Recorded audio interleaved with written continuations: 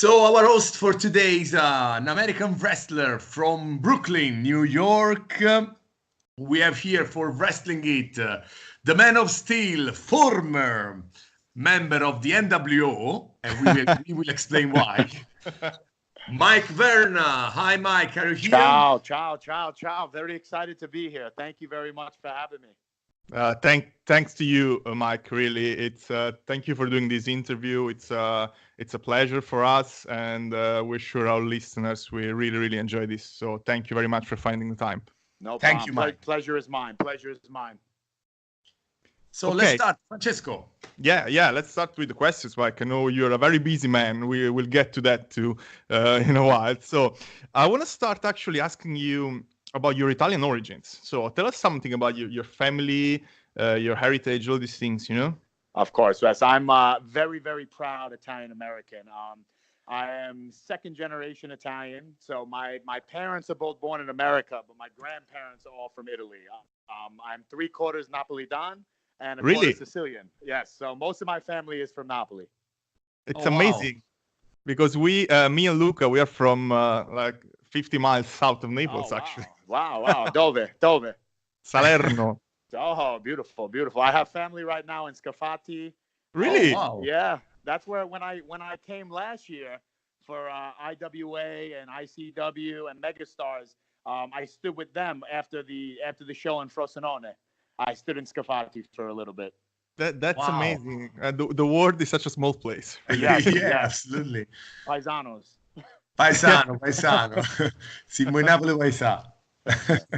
Exactly. Okay, so that's really important for you, right? You kind of play that into your character too, right? Big time. So when I started my career, I mean, growing up my entire life, I always was a proud Italian American. I mean, when the Azzurri won in 2006, won the World Cup, my side of Brooklyn, because there's a lot of Italian Americans there, we were actually more excited that Italy won rather than the USA. I'm sorry to say it like that, but we're very proud Italian Americans. So I was always very interested in it. I'm part of we'll get to it later, but I'm also a baseball coach in America for college, and because of that, I'm part of the Italian American Baseball Foundation. Wow. Which is so it's for Italian Americans in baseball. So I'm very proud of that. But when I started my career, I really never had an idea of how to incorporate it into my character, because in wrestling, guys like Nunzio, Little Guido, Santino Marella, and guys like that. It was a very different character for Italians. It wasn't really like it is today, where if you're from Italy, you're fighting to represent Italy.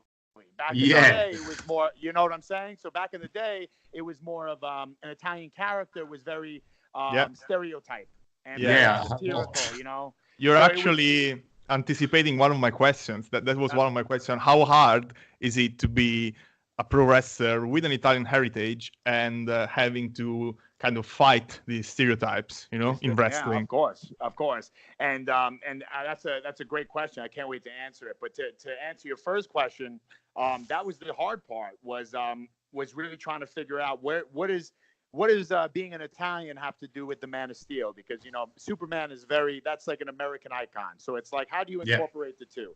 And when I had my first WWE tryout in 2015, I was talking to William Regal, and he noticed on my arm I have the Italian flag, and he asked me, and he said, "Are you Italian?" I said, "Yes." And he said, "Do you speak Italian?" And I said, "Yes, I'm learning it right now." And as the time went on, I was able to speak pretty decent Italian as my career went on. But at the time, he said, "I want you to focus on that Italian heritage, because the direction we're going with WWE, we're becoming an international company, as you can see. They have shows everywhere, all over the world. So also here in Italy, exactly, Milano, right? Most of the time. Yeah, most of the time, north of Italy. Yeah. So usually, what they want now is they want someone to represent a global park. So that always stuck into me. And once I got that okay from William Regal, I said, okay, now I can really show people that I am a proud Italian American. So now, not only did I really just add it to the character with my gear, or every now and then, but now I incorporate a little bit of the American Italian stereotypes, and then I have the if you look at my Instagram post, when it was Sunday, I had me doing the we saw it. swanton bomb in the pasta. Yeah. That was funny. Yeah. So I tried incorporating little by little. But to answer your second question, it's in America, we have to be able to still represent our heritage and our roots very proudly, but also understand the pop culture side to it, and enjoy what's funny about a culture and what's entertaining about a culture, and what's serious about a culture. And when I was in Italy last year, I noticed that life in Italy is so relaxed and so stress-free, and there isn't many social problems, and no one dislikes each other for the most part. Everyone is very proud. And that was one of the things that I noticed, that when I was there, I thought to myself, and I said, I wish sometimes that Americans were as proud of their country as other people from Europe, for example, but Italy specifically. And I try to use that same pride that I have from my background when it comes to the character. So even if I do have a little bit of comedy or a little bit of satire and a little bit of stereotype to Italians, I still do it with pride. I make sure I do it with the utmost pride and utmost respect, because I know that being an Italian-American wrestler, it has done so much for my career. Yeah. Two quick things. Like, actually, one. I don't want to say it's a suggestion, but maybe it's something maybe you will one day use in a promo and make me really happy, because I'm also kind of a comic book expert, right? And if you think about it, Superman is actually an immigrant, right? Yes, he is. He's the most famous immigrant, maybe, like Italians were when they went to Italy. So maybe someday you can use that in a promo, and I'll accept first row tickets for Verna. I will give you the copyright and the trademark. That is a great idea. You know, if you would have told me that in June of 2017, I would have used that in my promo with WWE. That's what I would have said. Next time. Next time, I'm keeping that in my back pocket. Yeah. Okay. So going back to your roots in wrestling, something that makes me very curious about pro wrestler is where does it all start for you? Do you remember the moment when you fell in love with wrestling when you were a kid, or maybe older? I don't know. Was it something you saw on TV, a magazine, a live show? Yeah, great question.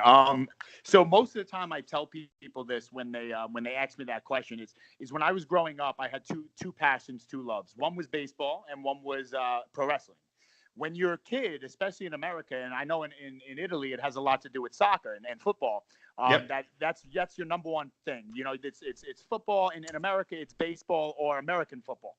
So as a kid, you don't really know that you don't know how to become a wrestler. You don't really know what steps you have to take. When you're young, you play youth baseball or youth sports, and there's leagues and there's teams and all that accessible stuff. But with wrestling, you really never knew how to get into it. So as times passed, to backtrack even before that, what made me love it more than anything is I was born in 1991. Which was the start of the Attitude Era, which was the most popular time in wrestling. We're huge fans. Huge fans. Yeah, huge. To this day, I still watch the old Attitude Era stuff. But growing up in that period of time, that was more popular than anything. I mean, it was on the front of newspapers. It was on the front of TV Guide. It was everywhere. Everywhere. If you were a wrestling fan, it was the coolest thing of that time period. So I was lucky enough to be growing up in a time period where wrestling was so popular. So I was kind of exposed to it as an early age just because of the popularity of it. But I never knew that it would take away my love for like baseball and sports, because it drew all my attention to wrestling. As a kid, I had every action figure. I had every T-shirt. Who was your favorite wrestler? Growing up in that period, it was The Rock. But now that I'm a pro wrestler, my three favorites of all time would be The Rock, Kurt Angle in his prime, and the Macho Man. Those are my three favorites of all time. Last one is my favorite one too. The best of all time. What about Bruno Sammartino? What influenced him? See, that's a great question that you brought that up. When Bruno Sammartino passed away earlier in the year, the outreach I got on social media and from the fans was tremendous. All the American fans came to me and they wished me condolences for Bruno Sammartino. And yes, and that to me meant so much because it showed me that he was the living legend at the time. He was the most famous Italian professional wrestler that there ever will be. He was one of the most famous wrestlers that ever lived. Forget about Italian, American, European. Yeah. He was one of the most famous wrestlers. And for fans in America to come up to me and say, now you have to be the next Bruno Sammartino. Now you have to represent that was one of the most proudest moments I had as a wrestler because of how proud I am of my heritage. That people were able to put me next to Bruno. That was just, I had no words for that when that happened. So I hope one day I could certainly make Bruno proud. Yeah, that was actually one of the questions I wanted to ask. I mean, it always puzzled me why, as we said, wrestler with, let's say, an Italian gimmick, they always looked at the stereotypes and never at Bruno. There was never let's call it an Italian pro wrestler that was talking about Bruno or saying, I want to be the next Bruno Sammartino. You know, that's always something that I was, why not? I mean, I agree with you 100% because before there was Hulk Hogan, there was Bruno Sammartino. And Bruno Sammartino, I mean, he's the most famous wrestler that ever lived. And I think that's a great point that any Italian American wrestlers or any Italian wrestlers in general really never adapted that or never really adopted to want to be that. And what I think it had to do with was the political falling out that Vince McMahon had with Bruno Sammartino in the 90s, let's say, that, you know, he was kind of erased from WWE history until he came back and got into the Hall of Fame. So that's the interesting thing is that a lot of wrestlers tend to forget about wrestlers that WWE makes you forget about. You know, I hate to bring him up, for example, Chris Benoit. People will never know who he is because WWE trained the fan base to pretend he never existed. And unfortunately, with Bruno, there was a time period where Bruno Sammartino's feelings towards Vince McMahon and the WWE, that kind of led to him being erased for the time being. So I think that the fan base and the Italian wrestlers, especially the younger ones, they didn't really have a chance to say, I want to be like Bruno because they weren't exposed to him. They didn't have a chance to get to know him. They didn't have the chance to meet him. And the later time in his career, when he came back to the WWE, that's when all of a sudden it became the icon that he was and the legend that he was, is that because WWE allowed the fan base to remember how iconic Bruno Sammartino was. Yeah. And the interesting thing to that question as well is that in that time period when like ECW had the FBI or WWE had Big Vito and Little Guido, and Santino, it was a different time period where it was leaving the Attitude Era and they were going into more of the PG era. So I think what they wanted at the time was to find characters that can make the children laugh.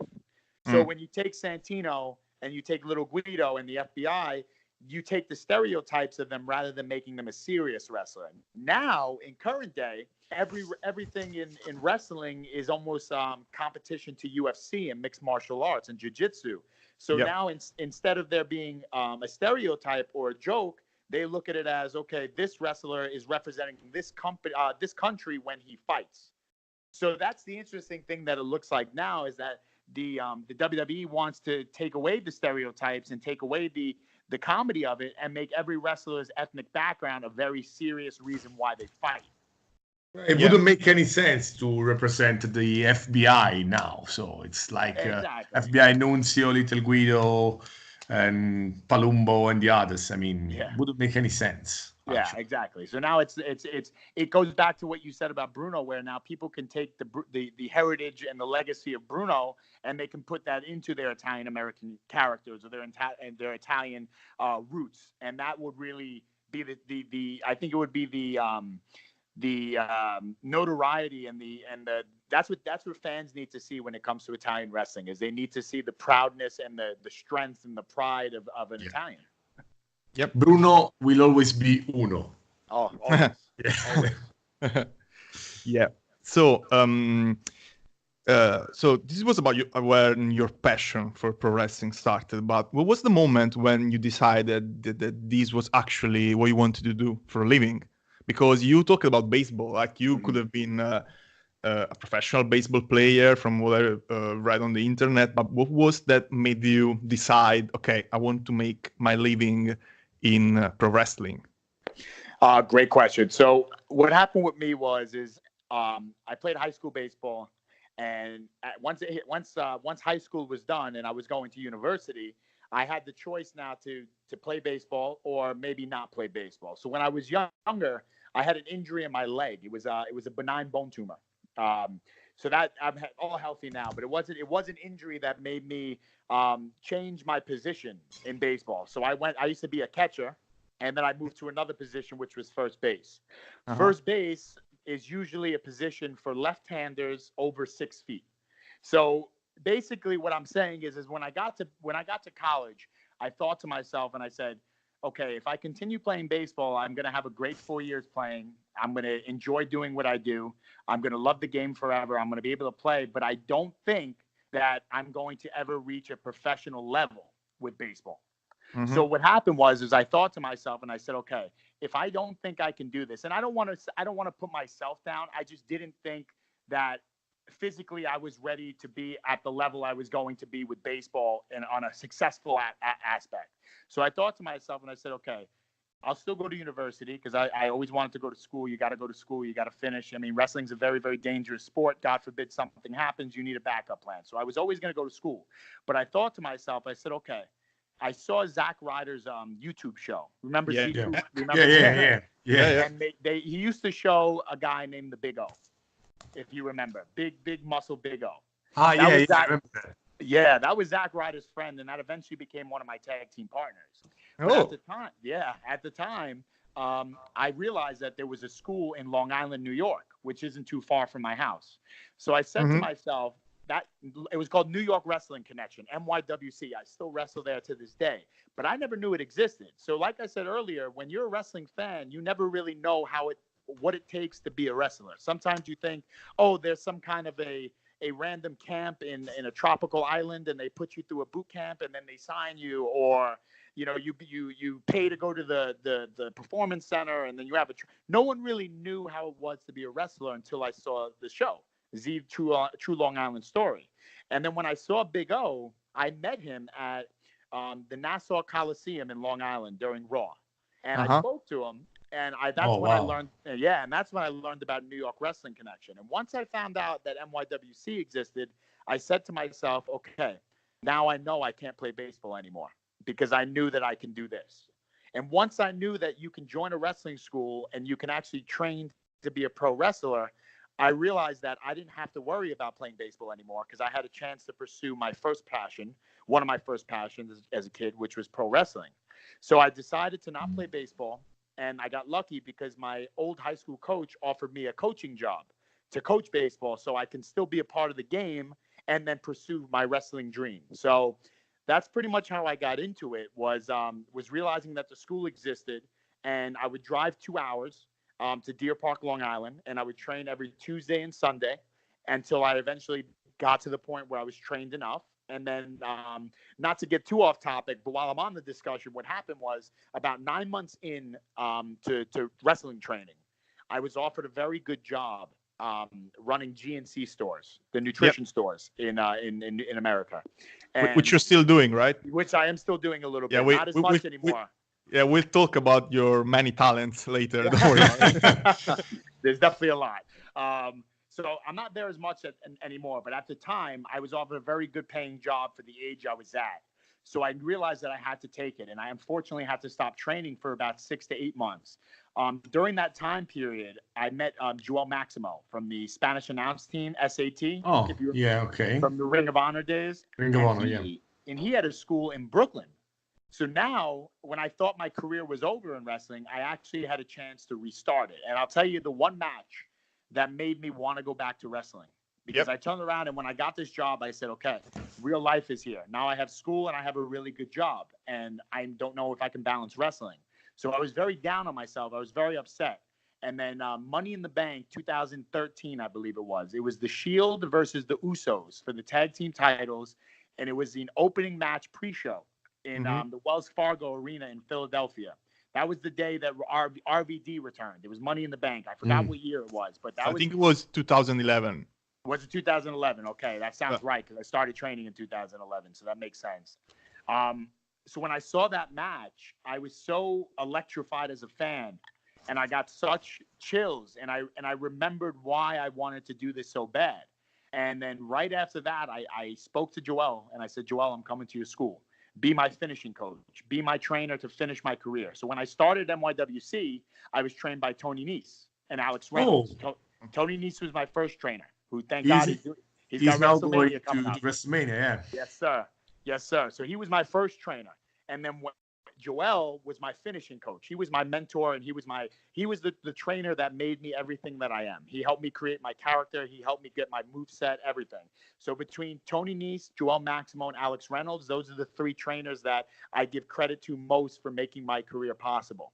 So when I rejoined Joel's school, which was called the Ludus Wrestling Center in Brooklyn, he knew I had all the basics down. I had all the fundamentals that Tony and Alex taught me.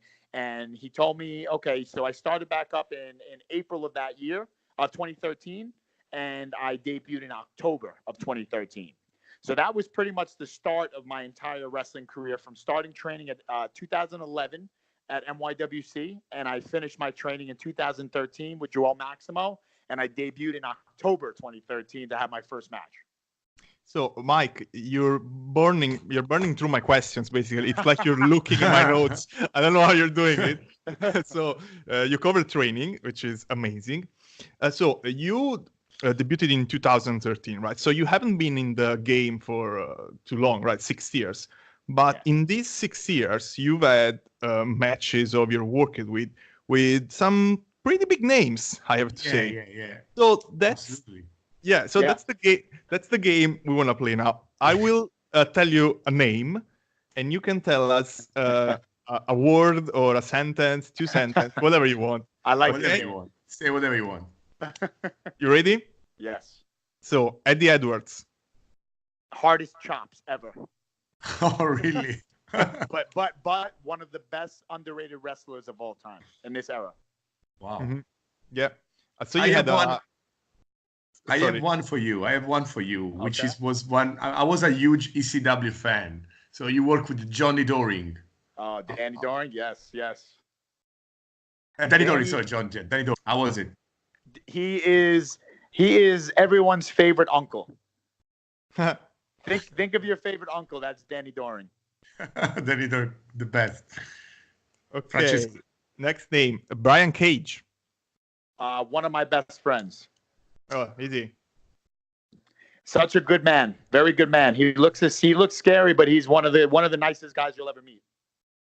And you two guys kind of have a similar style, right? You look very good, a lot of muscles, but you move very well in the ring. You're very agile. You incorporate some high flying moves too. Absolutely. So, when I first started, a lot of my inspiration in the ring was from Brian. He had everything that he did. I said, okay, if he can do that, I got to try to do that, because that's what's going to make me stand out, is to be able to move like that and stay at this size. And not to get too off topic, but I think you realize now in pro wrestling, guys aren't as big as they used to be.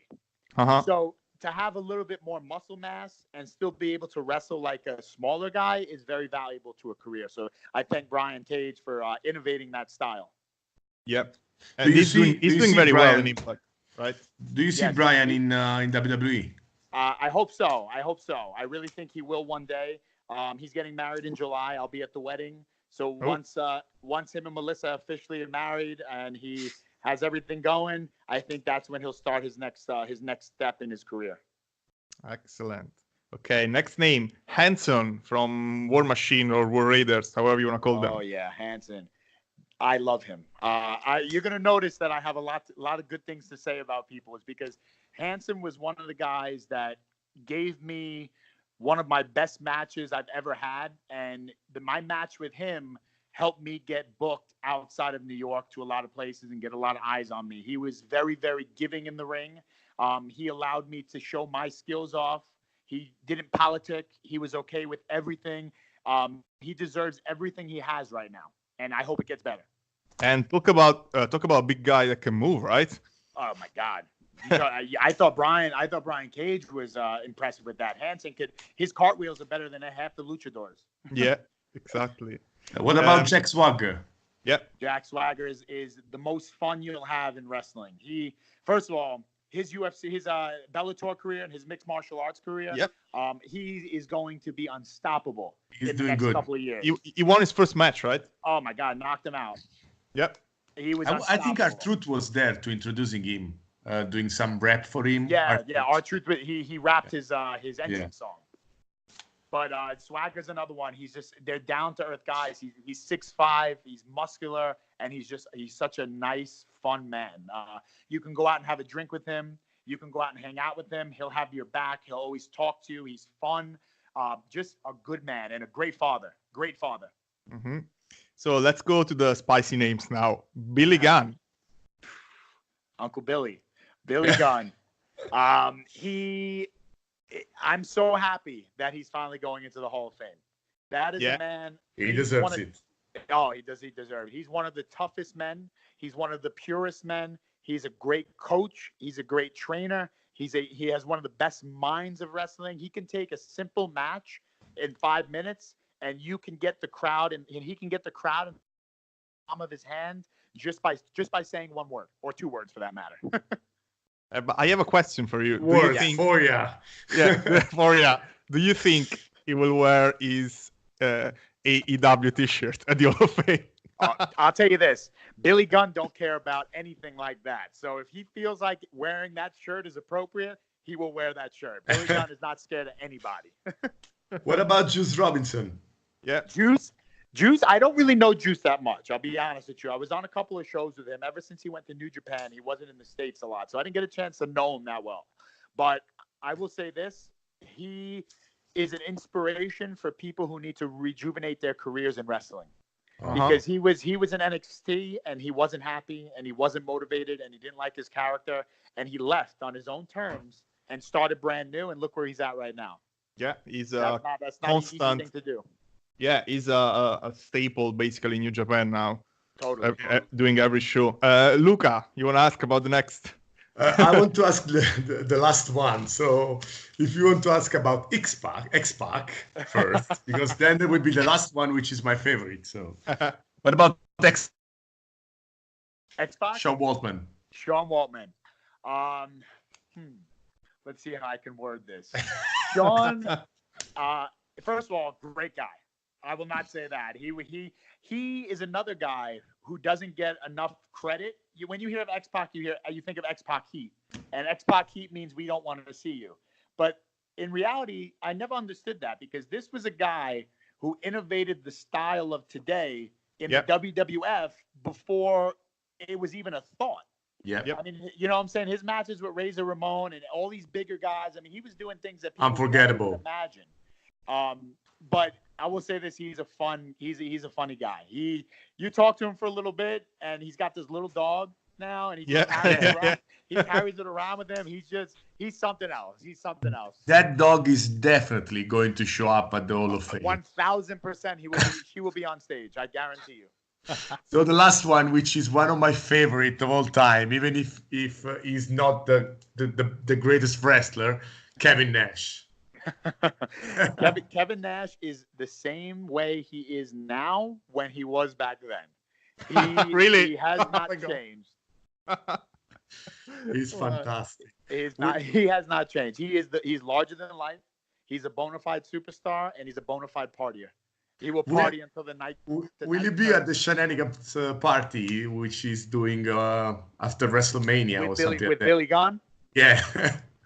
Is he going to be there? He'll be there. Yeah. Right. I don't know. I think so. I think he's going to show up. I think he'll show up. I think so. Amazing. And okay, that was a lot of good stuff. So moving on, I wanna. So I listened to an interview. Actually, I watched an interview you had. I think it was 2014, and there is something very, very interesting you said, and I'm gonna read it. So. Every single person in wrestling is living their dream, whether they make it to WWE or not. And then independent wrestling gives you an opportunity to live your dream, and not many places can do it. So I found this very, very, I mean, it's great, inspirational. Mm-hmm. Yeah, that's really struck me. Yeah, I thank you for that, because I still think, and it's funny because I didn't remember saying that until you finished the quote, and then it reminded me of when I said that. And it's funny that you bring that up, because sometimes being a wrestler can really do a lot to your mental health. And I don't mean that in a bad way, but you know, the traveling and the miles on the road and the pain to your body. And the one thing that always makes everything whole again, and makes everything worth it, is realizing that when you enter the curtain and when you walk back through the curtain and those people are screaming your name, whether they're booing you or cheering you, they care about you. And nothing, I don't think there's another sport. I don't think there's another, and even from your side of the microphone, I mean, you guys are wrestling journalists, you guys are wrestling broadcasters. I don't think there's another sport or media medium in the world that can give a person the opportunity to fully live out their dream on any kind of scale than professional wrestling does. I mean, now too, with the independent wrestling, I mean, you can work an independent company and it looks like a WWE house show. It has the same setup. It has a big screen. It has lights. It has loud music. It has 500 to 1,000 people all there. So it's just the business has evolved so much that no matter what kind of show you're on, you literally feel like a superstar. And that's another beautiful thing about the wrestling business is that it's such a tight-knit circle, and everybody is together and everybody's on the same page, that when you're a wrestler and you're a professional wrestler, to a wrestling fan, you are God. Wow, amazing. Thank you very much for sharing this. Yeah, I mean, and the way I always saw pro wrestling, of course, from an outsider perspective, and like you said, it's a blank canvas, right? And the privilege you have when you step through those ropes is that you can paint it however you want it, right? 100%. That's the beauty of pro wrestling. And I think that's, I mean, what you were saying, right? I think that's a beautiful way of putting it. Absolutely. And yeah, I mean, Francesco is an artist, you know. He's a poet. I am not. Absolutely. Yeah, you definitely are, because that's how that word, the way you just said that actually gave me chills and actually struck me very powerful, because like I said, sometimes you do forget that, because the way the wrestling business is right now is it's thriving. It's very successful. There's a lot of competition. That, you know, jobs are being handed out, but it also puts a lot of pressure on wrestlers to succeed as best as they can and perform as best as they can. And like I said, sometimes that's very difficult. And to realize that when you step through the ropes and you have the ability and you have the freedom to paint whatever kind of picture you want to the people there, to the people home, to the people that watch and read about you, that's a very powerful that's a power. That's a very powerful thing to have. And like I said earlier, there's a lot of people that, you know, won't be able to do that, especially in sports. I mean, you think Gigi Buffon can step between the net and say, okay, I'm going to give up no goals today? That's very, you know, no, it's impossible. It's impossible. You know, but in wrestling, you have the ability with your opponents or with your tag team partner or with the referee to tell a story based on what you feel, how you feel. You can react to how the people feel towards you, and that's such a beautiful thing to have. It's unique. Shout out to Gigi Buffon. We say hello to Gigi. Ciao, Gigi. You're the best. Anyway, sorry. I'm a goalkeeper, so I mean, I love Gigi. There you go. Yeah. So, Mike, Francesco. You mentioned independent wrestling. Like, you are a superstar in the Northeast, right? And something I wanted to ask you, I've watched a few of your matches. And to me, let's say New York / Northeastern independent scene looks a lot like, I mean, the old days of VCW. I saw a lot of hardcore matches. I saw you in a lot of hardcore matches. So that's interesting. Yes, I'll tell you why. Because most of ECW, as you know, originated in the Northeast. Yeah. And because of that, a lot of the promoters, a lot of the veteran wrestlers, they still have vivid memories of ECW. Some of the older wrestlers wrestled for ECW. Like we mentioned Little Guido before. I see Little Guido a lot. I see Tommy Dreamer a lot. I see Bully Ray lately a lot. You know, RVD. RVD, big fan of the Italian Mafia. I just want you to know. What? Big fan of the Italian Mafia. What does it mean? We split a bottle of wine and talked about the Mafia at 3 o'clock in the morning. So what happened actually to RVD? Is he still wrestling? I think he's taking a little break. So the last time I saw him was July of 2018. So I think he's just taking a little bit of a break just to kind of get his body rested, and he's happily with a female now, and he's just living some of his personal life for the time being. Yeah. Okay.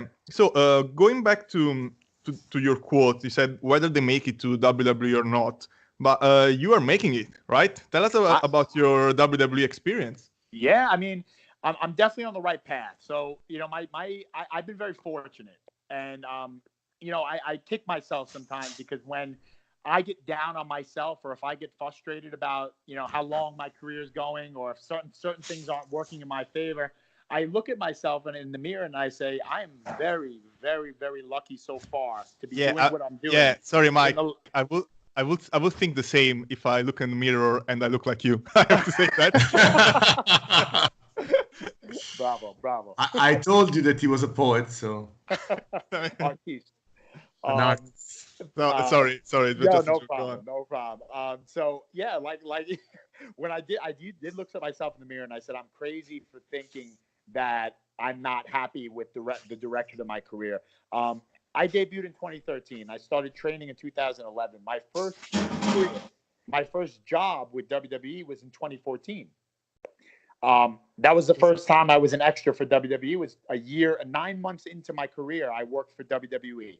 Was that at the Rumble with the Rosebuds? It was the Barclays Center. I was a Rosebud my first time. It was the Barclays Center. And then that SummerSlam, it was when Brock Lesnar versus The Undertaker. I actually kicked out John Cena. I was security guard. I kicked out John Cena. And then also last year, when Sasha and Charlotte wrestled in the Hell in the Cell, I was in the front. I walked out Charlotte. Remember the throne that she walked out on? Yeah. If you look at it, I'm on the front right. Oh, amazing. Yeah. We're gonna see this video again. Yeah, you'll see the video. You'll laugh because I look like a Roman gladiator.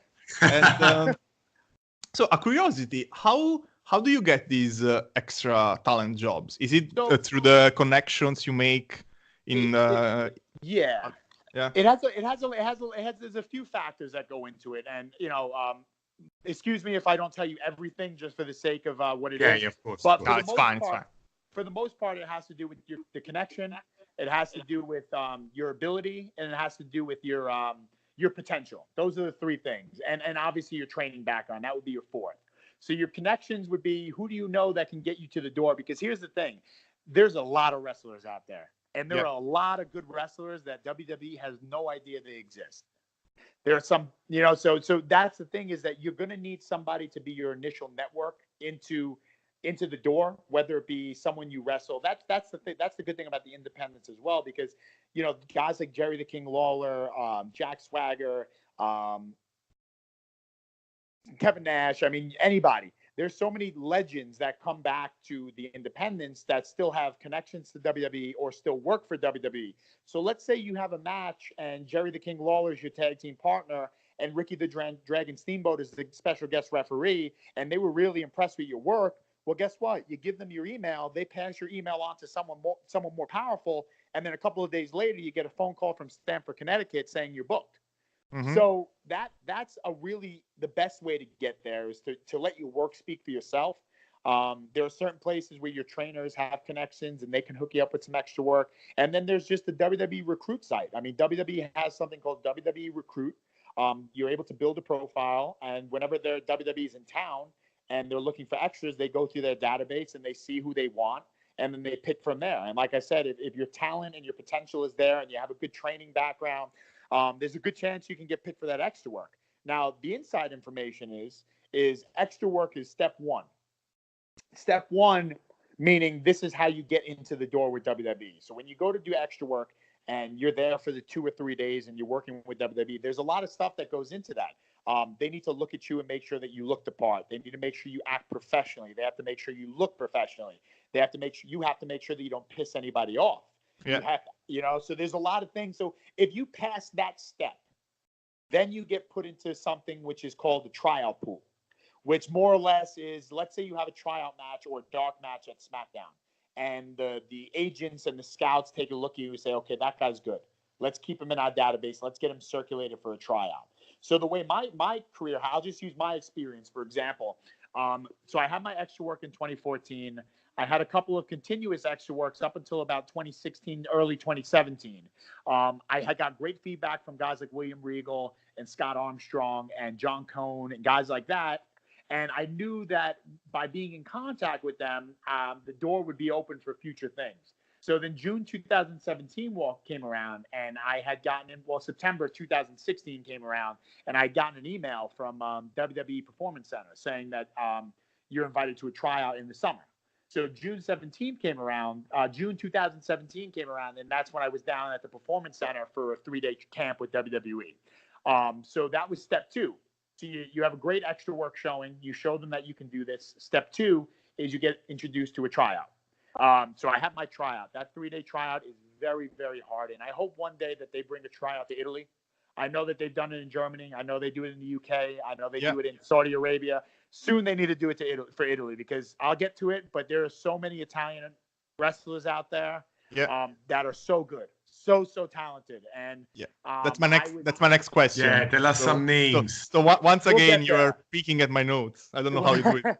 So we'll get there, but I do hope that they come to Italy one day. So that 3-day camp, just so you guys have an idea, it's very, very cardio driven. It's very, very high intensity workouts. You really, really need to be in great physical shape for it. And it was hard. It was very hard. Luckily for me, I knew about my tryout about 6 to 8 months in advance. So I had about 6 months to really, really train for this. So I was very well prepared when I got down to Orlando. I had a great tryout showing. I had a great match, and I cut my promo. In my promo, I spoke Italian, which really, really made them happy. Because like I said, in 2014, William Regal said, please use that Italian heritage to your advantage. So because they care as well about the Italian market. So that's why. I mean, they know about my connections. They know about my connections here. Sorry to interrupt you. I have another question. I have a question related to that. When you learn you have a tryout in 6 months, are you going to get matches in these 6 months, or you'll think, okay, I'm scared, I'm gonna get an injury and miss my tryout? What's your state of mind? Do you risk getting other wrestling matches? Yeah, or not? You definitely have to work. So the main thing about being an independent wrestler is you have to work as much as you can. Now, that being said, it doesn't mean that you can't take a lighter schedule, meaning like, okay, instead of working 3 weekends in a row, maybe I'll work 1 weekend, I take the next weekend off, and then I work 2 weekends, and then I'll take another weekend off. That's okay. But you never want to not work, because in wrestling, especially independent wrestling, what drives your character and what drives your brand is the buzz you get. So if you don't work a weekend, and let's say you miss out on a really good match or a really good moment, or something goes viral on social media, that affects you. So you can never not wrestle, because if wrestling fans forget you and you get forgotten, then they move on and they move on to somebody else. And that's a very big pressure in professional wrestling, is that fans forget. You don't become hot anymore. And when you're not hot anymore, you have to rebuild. And like we said with Juice had to rebuild his brand from the ground up, and he got to where he is today because he didn't stop. After he stopped, he went hard. So even though it was a risk, I knew that I couldn't not work. That being said, I did not work hardcore matches. I didn't work any high-risk matches. And more importantly than anything, I was training more than anything. So I remember specifically that I had acupuncture done to keep my muscles straight. I had massages every other week. I went to a stretch clinic, which stretched my muscles out to make sure my muscles were always stretched and prepared. Chiropractors regular. So those 6 months, I spent so much money making sure that my body was in perfect shape, and thankfully it worked. And thank God to this day, I'm in pretty good shape physically. So that's a big deal. But cardio wise was the most important thing. So on top of working every weekend, the amount of cardio I was doing in the ring was incredibly high. One of my best friends to this day, Bull James, He was a former NXT superstar, and what he did was he helped me train for my tryout. He put me through all the NXT drills. He prepared me for what was to come. He worked me harder than I ever would imagine for those last 2 months building up. That I owe a lot to him for being so well prepared for that tryout as well. So going back to your tryout and your promos, you were saying that your promos went really well, right? Yes, the promo went very well. I think I will say this. So the feedback I got back from some of the coaches is that I was almost signed that tryout, according to some coaches, that I was very close to being offered a contract. But because my age, I was only 25 at the time. I only been wrestling for 4 years at the time. They wanted me to get a little bit more exposure on the independents, which I've been doing for the last 2 years. And I learned also at the time, wrestling is not a sprint, it's a marathon, because you need to be mentally prepared to go to WWE. You need to be mentally prepared to leave your family and move to Orlando. You have to be mentally prepared to work the schedule they work. So I'm happy now, in hindsight, I'm happy that I didn't get signed at 25, because I don't know if I was mentally prepared for it at the time. But from what I was told is I was very close to being signed that time.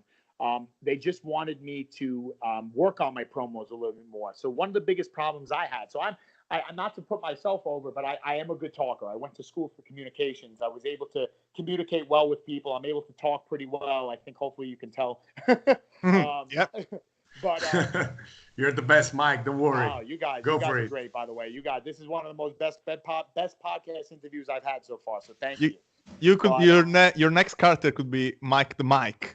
There you go. Mike the Mike. Another one for you. Like Mr. Anderson.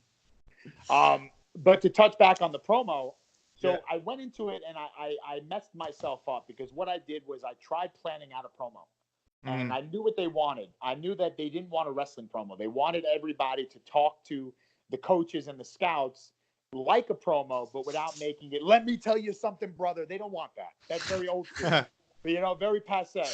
So they wanted something that was genuine, but fit the confines of a wrestling promo. So I did that, but my problem was I wrote it. So instead of me speaking organically and on the fly and freely, I tried memorizing my promo. And I think that messed me up in the long run. And that was something I do regret out of the tryout. And I was still told that, like I said, they were very happy I spoke Italian and they liked the promo. But I felt like I could have done a better job if I just would have spoken freely and not worried about memorizing it. You remember what you said in Italian? I do not. I definitely don't remember what I said. Okay. But I'm actually happy I don't remember, because I know next time I'm there, my promo is going to be a lot better. Yeah, absolutely. And so your first actual match was the one on NXT, like a few months ago? Yeah, a few months ago. So that's actually step 3. So step 3 is you get real TV time, which means you get a match, you get a segment, you get something. That's probably, I'd say, the last step you do before they start thinking about signing you. So I'm not saying that I'm going to get signed tomorrow. I'm not going to say I'm going to get signed this year. But that is one of the final steps you make as an independent free agent for WWE to see you. So luckily that went well too. I got my ass beat in a couple of minutes, but everyone was happy, and that's all that matters. That's important. But, I mean, that was the match, right? And I remember you had actually a pretty good showing. I mean, despite being a squash match. So yes, correct. That, and the interesting thing about that too was when we were putting the match together, they gave me an entrance. They changed my name, but Mitch is not very an Italian name, I will tell you. But they did change. They changed that name, and they kept my real last name. My real last name is Taverna, not Verna. Yep. So, yeah. We know that. Yeah, so they kept that, which was interesting. But they gave me an entrance, and when you get an entrance as a dark match, and they gave me an entrance on TV, so when they give you an entrance, they want you to be showcased, which is very good. The next thing is my agent was Robbie Brookside, and Robbie told me, he said, when you go out there, because I asked him, I said, Robbie, how do you want me to approach the match? Do you want me to act a certain way? Should I not pose? He's like, look how you look. He said, you look great. Go out there and look like you can beat him. And as soon as the bell rings, you'll lose. But let's suspend their disbelief because of how you look. So when he said that to me, I said, that's awesome. They're giving me the chance to show the world what I look like. and the show that I belong in that ring. And you know, Jackson Riker is a big man. He is muscular, he is strong, and he looks like $1 million. What made me most happy is that when I saw pictures and videos, I didn't look as small as I thought I did next to him. Because that, to me, that's a bona fide superstar. That's a guy that looks like a wrestler, acts like a wrestler. He looks like a wrestler from the 80s.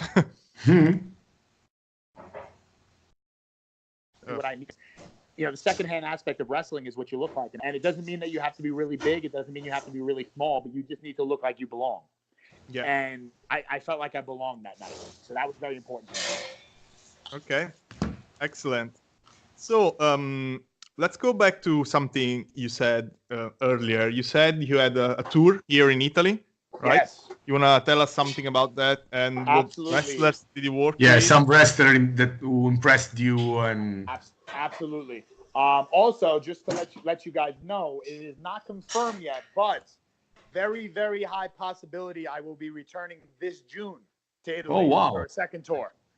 Okay, we will make sure to be there and follow this tour actually and do some coverage. That would be great.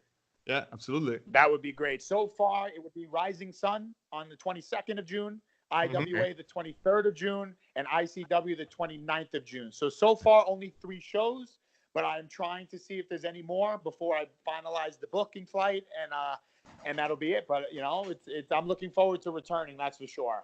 And before I get into the wrestlers in Italy, one of my biggest goals in wrestling, whether I make it to WWE or not, or AEW, which is another possibility that's on the table. We'll get there soon. But one of my major goals is to bring respect, bring honor, and bring eyes to Italian wrestling, because when people ask me about Italian wrestling, I say it's like, you know, the term redheaded stepchild in America. Yeah, it's like they are the forgotten son. You know, let's put it that way. Italy is not held in the same respect as Germany, as the UK, as any of the South American countries and stuff like that. It's not. And when it comes to wrestling, it's not given that platform. And I said to myself, I was like, I need to make people know that wrestling in Italy is alive and well, and wrestling in Italy is very impressive. Wrestling in Italy is happening, you know, and that's the thing. And that was one of my career goals, and so far so good. I would like to be an ambassador for Italian wrestling in America. I would like to represent it as best as I can, as much as I can. But to answer your question, so last year's tour was actually a year from today. So last March, I was there from March 15th to April 1st. So I had a 2-week tour. I worked with BWT, I worked with IWA, I worked with Megastars, and I worked with ICW. So I had a south to north tour. I started in Frosinone, and I worked my way up to Milan Milano before I left. That was my last show there. What wrestlers are you familiar with? A lot of Italian wrestlers. Yeah. You are, right? Yeah, well, we know them. We know some of them. Perfect. So some of the names that come to mind that I was very, very impressed with was Chris Steele. He was very match was with Chris Steele, and he was with IWA a triple threat match. I wrestled him and Andres Diamond, I believe his name is. Yeah. He works in television as well. Yeah. Yes. So I was very, very, very impressed with Chris Steele. Flavio Augusto, great competitor, very entertaining. That was Diego's company. So when I went to ICW at the middle of the tour, that to me was very similar to UK wrestling and to American independent style. Nick Lenders, Urban Gorilla, Efron Sky. I mean, there was very, very, very, very talented wrestlers over there. That was a fast-paced style. It made me feel like I was home. Very contemporary to what you see on TV.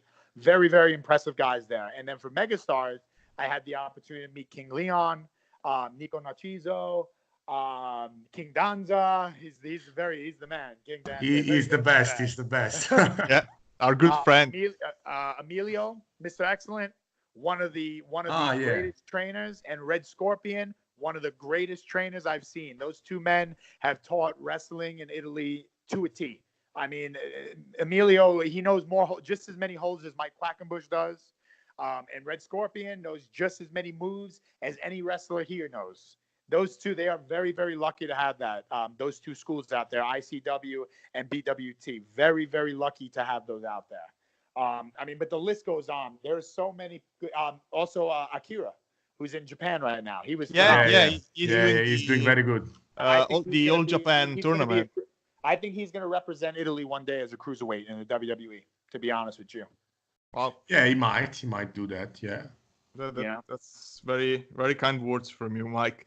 But now I want to step out from the amazing world of pro wrestling, because you're a very busy man. I mean, coaching college baseball, managing stores, and also being an actor, right? Yes. So there's definitely a lot going on. There's no doubt about that. There's definitely a lot going on. Can you hold on 1 second? I'm gonna put you into my car speaker so I don't lose you. Sure. See you later. Oh, real bad weather in New York today. A lot of rain. Really? Oh, it's a wonderful day in Rome. It was a wonderful day. I believe it. It's funny, when I was in Italy last year, my cousins, when I was in Scafati, we caught 3 days of rain, and she said, it never rains like this. Yeah. It never rains like this. But it's pouring now. Now's the time of year in America where it rains a lot, definitely. But don't worry, this summer we'll bring you on a tour of the Amalfi Coast. Oh yes. Oh yes, you took the words out of my mouth. That's what I missed last year. I didn't get to do anything summer related. No Positano, no Sorrento, no Capri, nothing. Don't worry, this is our territory. There you go, beautiful. So as you were saying about the other things, yes, I'm a very busy man. That is, I will give myself, the only thing I will give myself credit on is how I can balance a schedule. I don't know how I do it. I'll be very, very honest with you. So where do we begin? Let's see. So I told you before about the GNC thing. I was 18 years old at the time, and I was offered a very high-paying role in a franchise system. So I was working with GNC since 2010, and then I was offered this position in 2012. I've been with the same company, the same franchise company since then, and I haven't left it because the money is still very good. So luckily, as a supervisor, I'm allowed to be there when I need to be. You're flexible. Flexible. Yes, even if it's not a lot, which I'm very, very lucky about, because that's honestly, with a professional wrestling career, it's almost impossible to have a real full-time job. And Matt Stryker, very good friend of mine as well, very good mentor. He was a teacher, a real teacher. And I remember that. Yeah, he got fired because he would just take all his sick days for wrestling. Yeah. So and I think WWE made that I know this story. Yeah. It was also a real story. Is that he couldn't work as a teacher because he just used all his sick days, and that's a very real thing in for all jobs. I mean, imagine working a regular 9-to-5 job in America, and everything's expensive here, so you need to work. Working a regular job and trying to balance the same schedule, same wrestling schedule. It's almost impossible. But so long story short, now that I became flexible with the GNC job and I'm able to keep it for some extra cash, that's a good thing. Because if I was working the 5 days a week, it would be impossible. The coaching, like I said, when I started my professional wrestling career, I was offered a job at my old high school coaching baseball. And I loved it so much that I said, I'm going to do this as long as I possibly can. And I was offered a job at the university coaching college this year. And I said to myself, I'm not going to pass this opportunity down either. So I'm still sticking with that as well until I can't do it no longer. Luckily, it's a seasonal sport, so we only really play from the springtime to a little bit of the summer. We do have practices in the winter and training in the winter, but for the most part, we only perform now. We only play around now, so it only takes about half of my year, and then we don't. And once summer comes, we don't play at all. So I get a lot of time off there, but that is another time-consuming thing. And then the funny thing about acting is wrestling led me to acting. Yeah, of course.